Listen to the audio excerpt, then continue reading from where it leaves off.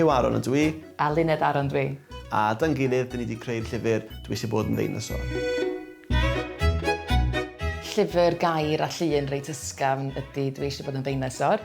Llawn odl a lluniau reit chwaraeus i gadw sylw plant ifanc.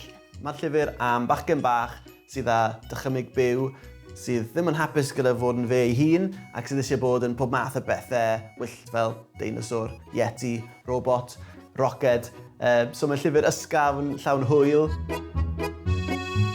Dwi eisiau bod yn deinosor, ond dwi fymryn yn rhy fach. Dwi eisiau bod yn zombi hyll, ond mae gen I groen reit iach. Mae Gwobrau Tir Na yn bodoli bellach ers bron I hanner canrif wrth gwrs. Mae'n ffordd mor wych I dynnu sylw'r cyhoedd at y llyfrau sydd ar gael gyfer plant Cymru. Wedyn mae o wir yn fraint, mae'n braf iawn bod ar y rhestr. A dyma'r tro cyntaf I fi fod ar y rhestr am gyd greu cyfrol hefo Huw, felly mae hynna'n braf iawn hefyd. Fi di Manon Steffan Ross a fi'n asgwennu'r geiriau I lyfr Nai. A fi yw Valerian Leblon. Dwi'n darlunydd ar gyfer y llyfr Nai. Mae llyfr Nai yn trafod hanes Aneurin Befan, dyn sydd yn arwr I gymaint ohono ni. A ges i'r fraint o fynd ati I ymchwilio i'w hanes o a cael creu stori sydd yn addas ar gyfer gynulleidfa ifanc. Oedd rhaid I mi wneud dipyn o ymchwil achos mae'n bywgraffeg Aneurin Befan, felly person go iawn.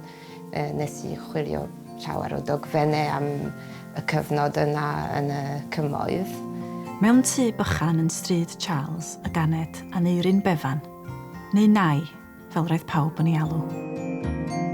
Dwi jyst wrth y modd bod y llyfr yma ar rhestr fer Tir Na, a dwi wir di mwynhau greu hwn ar y cyd efo Valerian, felly yndi, mae'n deimlad hyfryd cael bod ar rhestr fer.